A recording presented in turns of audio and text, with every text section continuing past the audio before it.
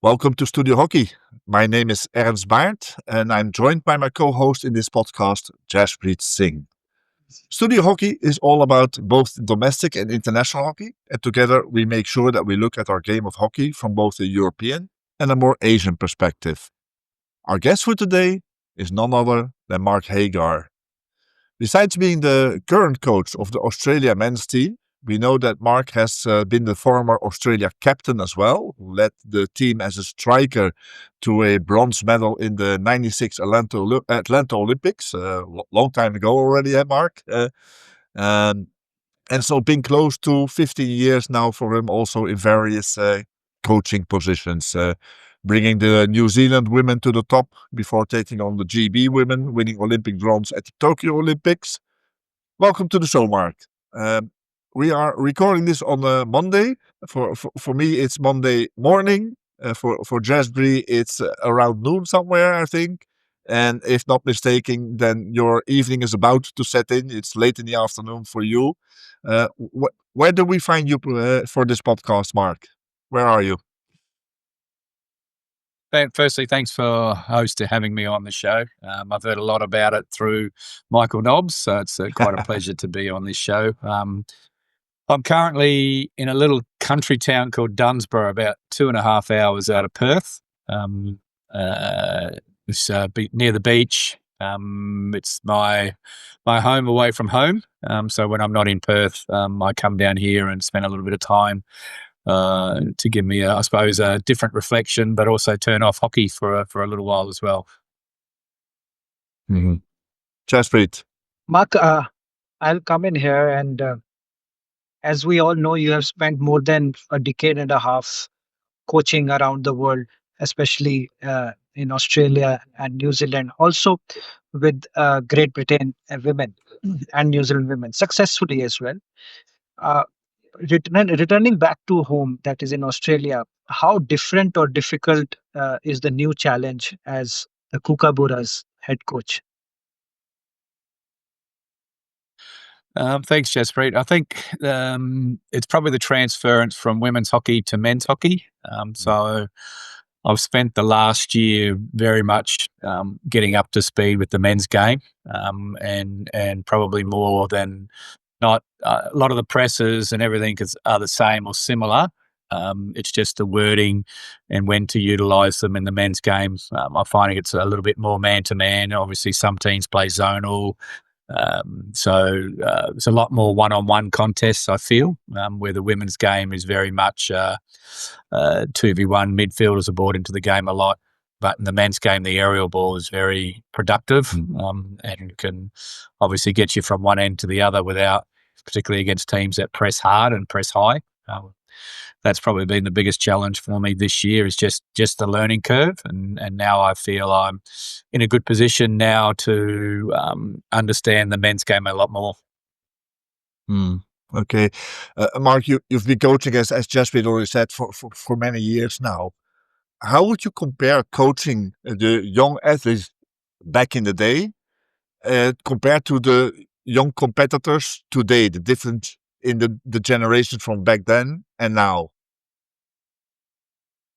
Yeah, I think it's evolved through all my coaching years. Now, I think the biggest difference is when I first came through as a coach or a player, it was very much do as you're told. Get out there, run hard. This is where the way we want you to play. Video analysis now become more relevant as well. We can give that to the players. I find the generation now, it's more encouragement. They're just saying, get out there, I want you to run. This is what I said, just go and do it. A lot of the reasons are, well, why?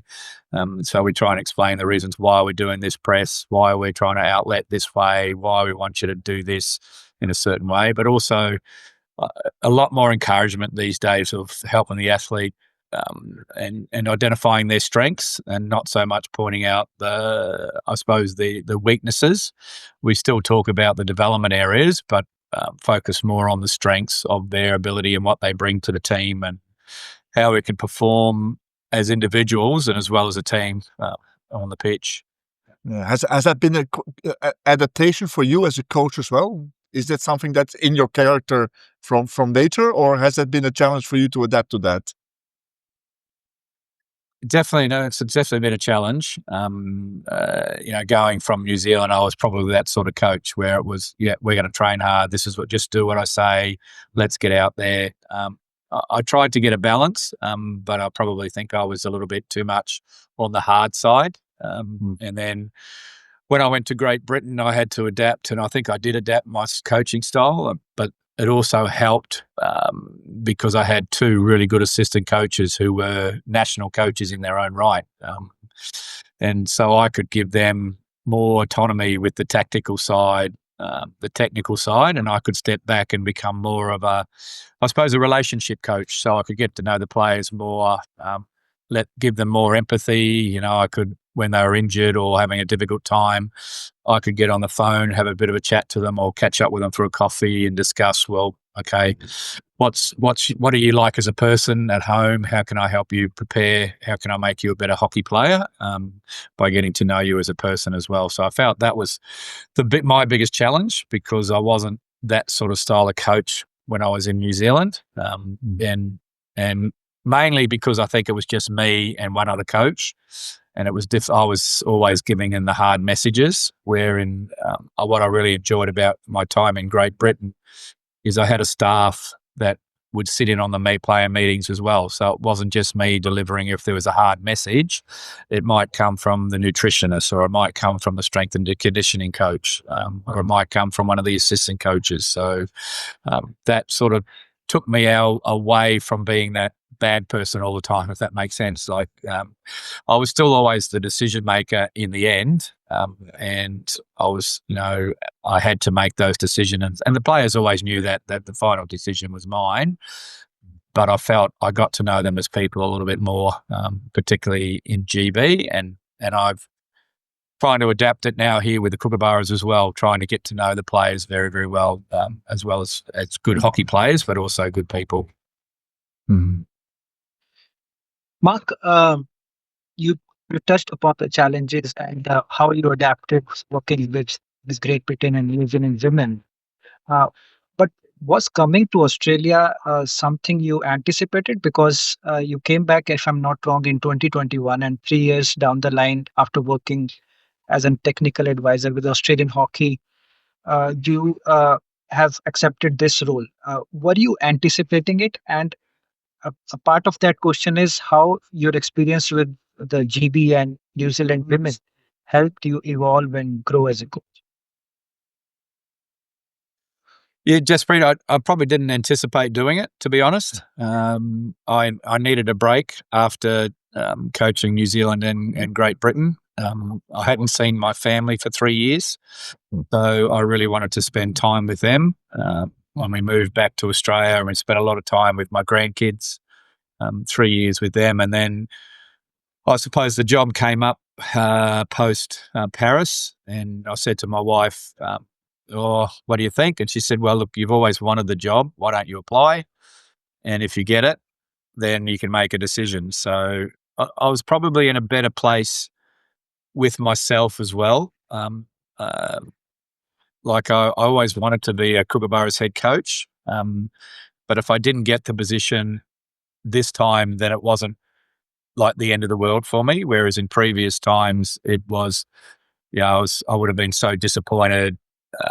But fortunately I got the opportunity this time around, and really have really enjoyed working with the players, but also the coaching staff over this last 12 months. It's been an enjoyable ride. I think what I've learnt the most, Jaspreet, or what I've brought from those two countries is I've learned a lot of empathy around what it takes to be a good coach, and how I can, I suppose, adapt and get to know players, get to know styles. Don't be afraid to admit if I don't know anything, or if I'm not sure, ask the players. We've got a lot of players that have been around for a long time, and we ask their opinions, and they're very, very good. The Kookaburra boys, they do say to me, look, in the end, you are the coach. We're happy to give you our opinions, but in the end, they know I have to make the decision what I feel is right for the team as well. Yeah. You started with Pro League games last year, which included in the beginning a win over the Netherlands in Sydney after a defeat to Spain. So what were some of your opening notes in the coaching diary from those first games? What were the first lessons that you took home from these Pro League games in coaching the new generation of Australia?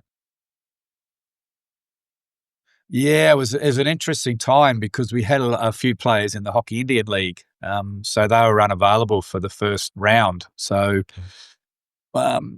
we were sort of forced into a situation where we had to pick the next group of players coming through, and a lot of young players. And I think if I reflect on that, it was a fantastic opportunity for those young players. Now, I may not have done that if I had the senior players back from India.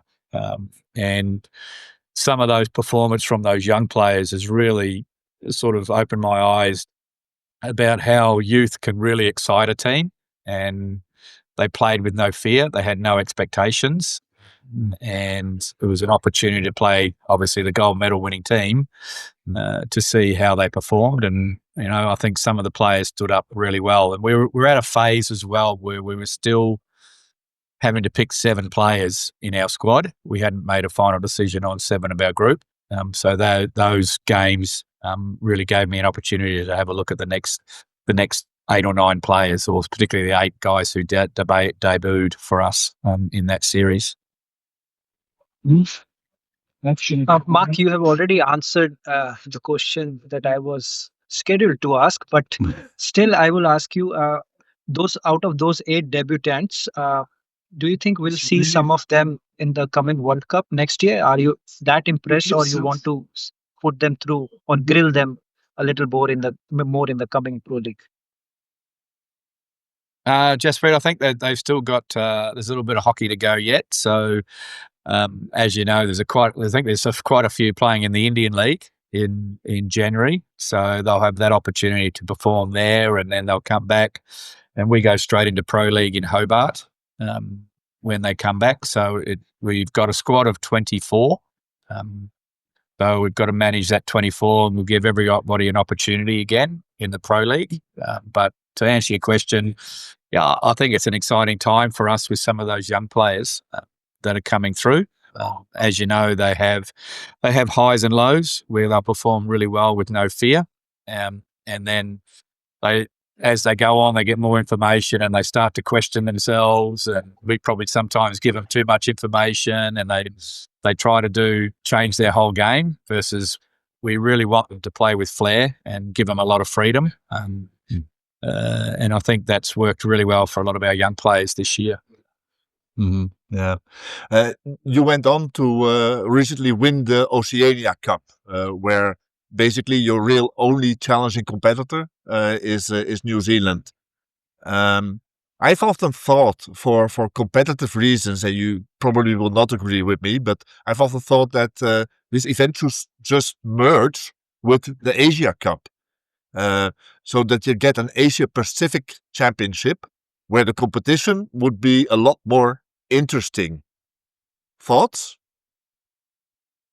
Yeah, look, when I first played for Australia as a junior athlete, we were in the Oceania Asian League. I still remember we had to go to Malaysia to qualify for the Junior World Cup, and all the Asian teams were there, and it was a fantastic tournament, a really good tournament. So I don't see it not being an option down the track. Currently, as we know, I've been in Europe and I've seen the competition over there and how tough it is. I think for me, Ernst, the big one we've got to try and find tournaments, because we don't play tournaments now. So we've got to try and find somehow. So if we don't join with Asia, then I feel that Oceania and Asia have got to start playing tournaments against each other anyway. So we get used to tournaments, because with the Commonwealth Games gone now, we don't have that tournament type situation. So realistically, we're going to go into the World Cup next year not having played a tournament, and that's That's not an ideal situation, I don't think. We have to try and manufacture it in our training program now versus getting that opportunity. But we are looking at the possibility of maybe a Four Nations next year somewhere within Asia that we could play in as well. Cool. Interesting. Mark, since you said that there is lack of competitions in hockey calendar, multi-nation competitions, I want to insert a unplanned question here. Do you think the Champions Trophy needs to come back? The FIH needs to look at bringing it back. I loved it. We all did. We all did. Yeah. The Pro League has its plus and minuses. It gets hockey around the world. It gets it to different venues. You play different oppositions. You're not just playing the top 5 or 6 countries in the world. So it does give, I suppose, everybody an opportunity in the Pro League. But I love playing the Champions Trophy. Four Nations in Hamburg. I remember we went to. Malaysia used to hold a Four Nations. I miss all those sort of tournament style situations, and it'd be great to be able to do that again. I think the hardest thing is the financial restraints. It's just like the Pro League is very expensive, particularly I'm sure for every country, but for us, very expensive. And we only have a certain budget that we have money to spend on the Pro League, and then we've got to look for other opportunities outside of that. So look, it'd be great. I'd love to see it come back. I think it was fantastic. I assume who's got the trophy? Who's still got it? I think Holland won the last one. I think the Netherlands won the last one in Breda. So I'm guessing. I'm guessing it's somewhere in Amsterdam.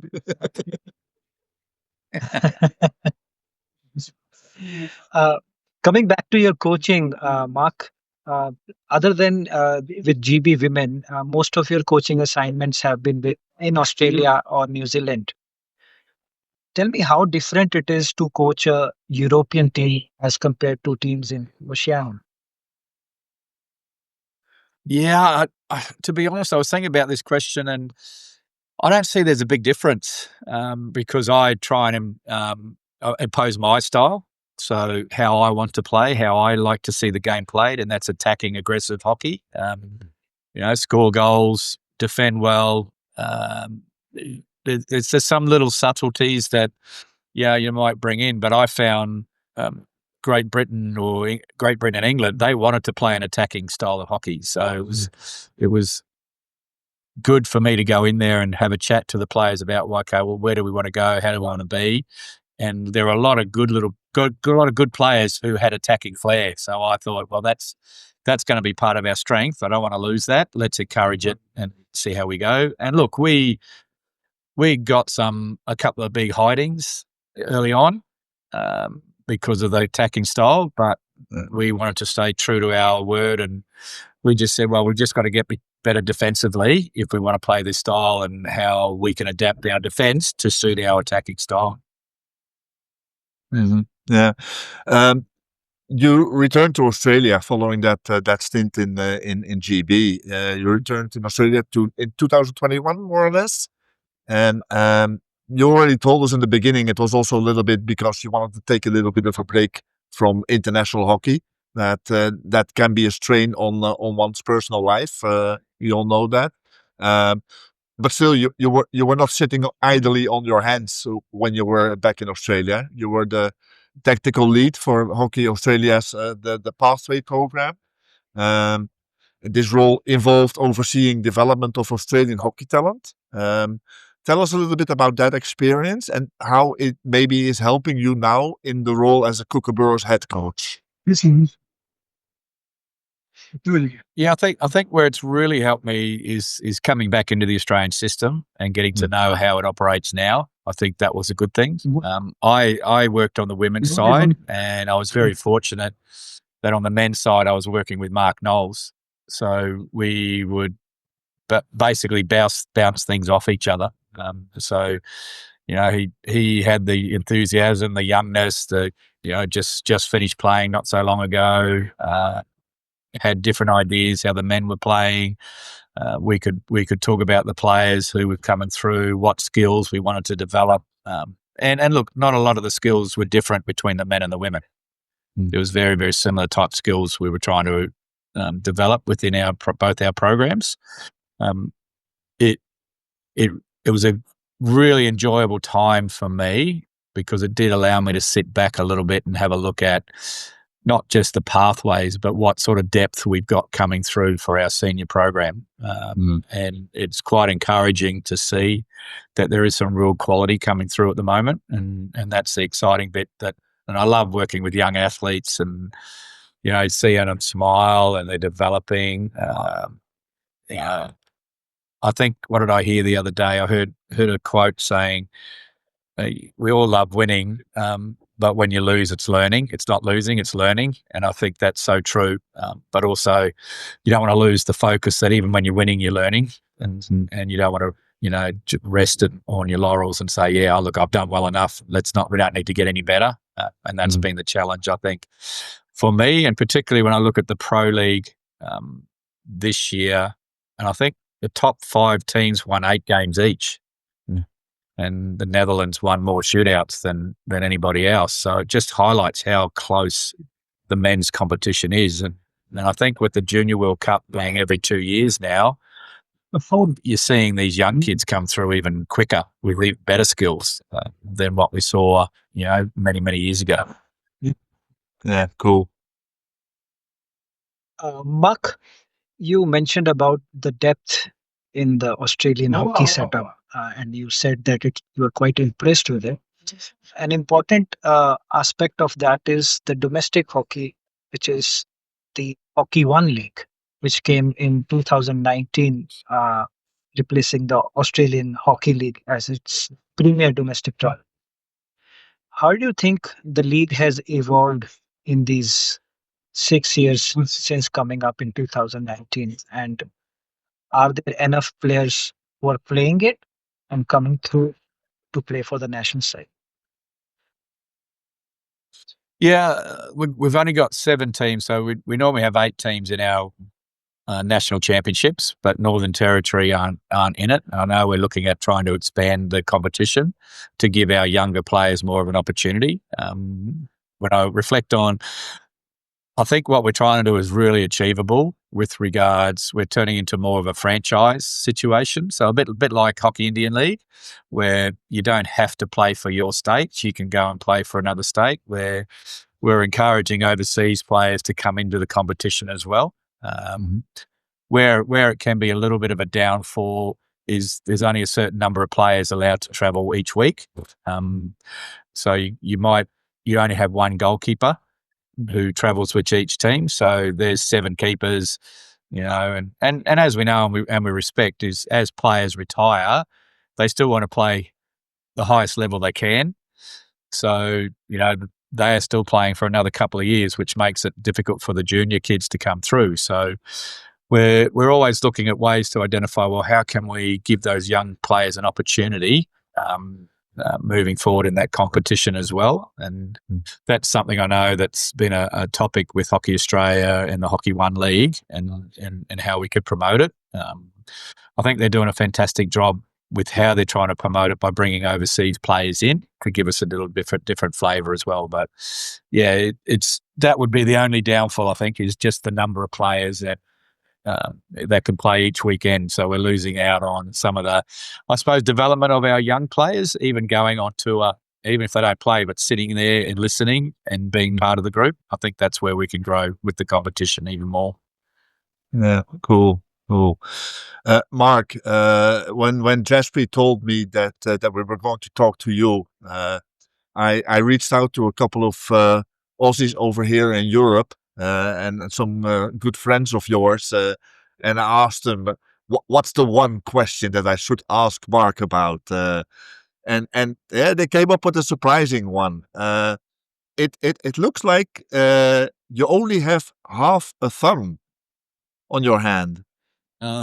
Is that a Matt Dawson story from some kind of horrific hockey accident where you had to make a choice, cut off your thumb to still play, or what's the story behind that one? No. It wasn't a Matt Dawson story. I was working in a factory and was cutting some little bits of metal, and basically, lobbed the top of my thumb off. Yeah, I thought at the time that was the end of my hockey career. But I was fortunate; it was above the knuckle, so I could still hold a hockey stick. So very, very lucky. Yeah. So you played with half a thumb, and it didn't bother you. Didn't bother me. No, I saw it as an advantage because it couldn't get hit. Yeah. Okay. Okay. Bringing it back to hockey from Mark's half a thumb. The 2026 World Cup is coming. It's in 10 months' time. And I was looking at a bit of stats for Australia in terms of podium finishes at the World Cup. Australia last won the Men's World Cup in 2014 and missed the podium in the last edition, finished fourth. And that podium miss was the first such instance since 2002. So, how are you planning to approach the next 10 months so that it doesn't repeat and Australia returns to the podium and maybe win the World Cup as well? Yeah, Jaspreet, the aim is to win the World Cup. I think, like every other team, you go there to try and win it. Look, we're still a developing team as well. We've got a lot of young players who, by the time we get to the World Cup, would have played less than 40 international caps going into that World Cup. So from that point of view, we're trying to expand the level of competition they can play. So whether that's in the Indian League or in Europe. So, some of our players play in Europe as well. So they're getting that sort of different coaching, different aspects of the game and learning. So I think that's real valuable for our group as well. We also, we have a training block next year from pretty much from start of January up to the World Cup, where most of us are based in Perth. And that's where we do a lot of our set pieces, tactical work. We can throw in different types of scenarios, play zone or play man-to-man. We can work on our penalty corners, all those sort of things as one group weekly. So I think that's a real advantage for our program. Also, I suppose for me, it's getting all our players having belief and trust that we can still win the World Cup. It's not going to be an easy road. I think if you look at across the men's competition, there's so many good teams now. You've only got to look at the European League when France made the top four. It just highlights if you get it wrong on one day, then you're going to get hurt or you're not going to make it to the finals. So we just got to make sure, and we're working hard on our mindset as well, so psychology as well, and different phases of the game. So if we're down, we don't panic. We have a certain structure and we continue to play that way. If we're up, then what's the scenario? Is it 5 minutes to go? Is it still a whole half? But we want to play our game, which is attacking aggressive hockey. We don't want to change that style. We just need to become a little bit better one-on-one defensively with our group. But we feel scoreboard pressure. If we can put goals in the back of the net, then that puts scoreboard pressure on the opposition. So we really want to try and do that. Plus, also, we need to be able to play against teams that fall away and play the D30. We'll play half court and in the back half of the field. So, we got to be able to break those sort of presses down as well, where all teams aren't going to be attacking aggressive, press high. So we need to be able to adapt to the different styles as well. And that's where the Pro League, I suppose, gives us an opportunity to play against different teams, different cultures, to give us a fair idea on where we're sitting. And I think early in the year, February, we've got 8 Pro League games. We can reassess where are we at. Then in June, we have to play Pro League again. I think we play Belgium and Holland. They're our last 4 games. So, you couldn't get 2 better teams to play just before the World Cup to assess yourself, to see where you're at, to then come home for 4 weeks and hopefully work on any areas that we need to work on. Or if we've done really well, is not just think shit, we're there. We need to continue to improve and push ourselves. Mark, you talked about one bad day can knock you out, and I don't want to recall the 2023 World Cup being an Indian. That one bad day against New Zealand knocked us out in the crossovers itself. As hosts, it was devastating, even as a neutral reporter. But still, thank you so much for joining us, and it was a pleasure to have you. And I will also thank Michael Knobs for facilitating this, bringing his, allowing his brother-in-law to come over to Studio Hockey. And I hope he's doing better now. Yeah, we Yeah, all wish. he's yeah, I was going to say he's in a good place. He's getting some treatment at the moment in the hospital, as you know. But yeah, like all of us, we wish him well, and he's a good man. He's a very good man. He's loves his hockey, and yeah, I know everybody's wishing him well and a good recovery. Absolutely, absolutely. I was very amused by the fact that he wasn't allowed by his daughter to coach anymore and talk to other coaches because he was just supposed to be a dad now. That's the one. Yeah. That's the one thing I think remember that's rule from. one. Yeah, Yeah, it's rule one. so that's rule one as Absolutely. a parent. So don't coach your kids. Don't coach your kids. Exactly, exactly. On that note, Mark, thanks for your time here. Thanks for sharing your thoughts with us here and giving us a little bit of an insight behind the doors of the Australian national team there as well. It was a pleasure talking to you. And Jaspreet, thank you as well for setting this up. And yeah, to our listeners, thanks for listening to Studio Hockey. Make sure that you subscribe to our podcast so you will not miss out our next episodes. Until next time, happy hockey, everybody.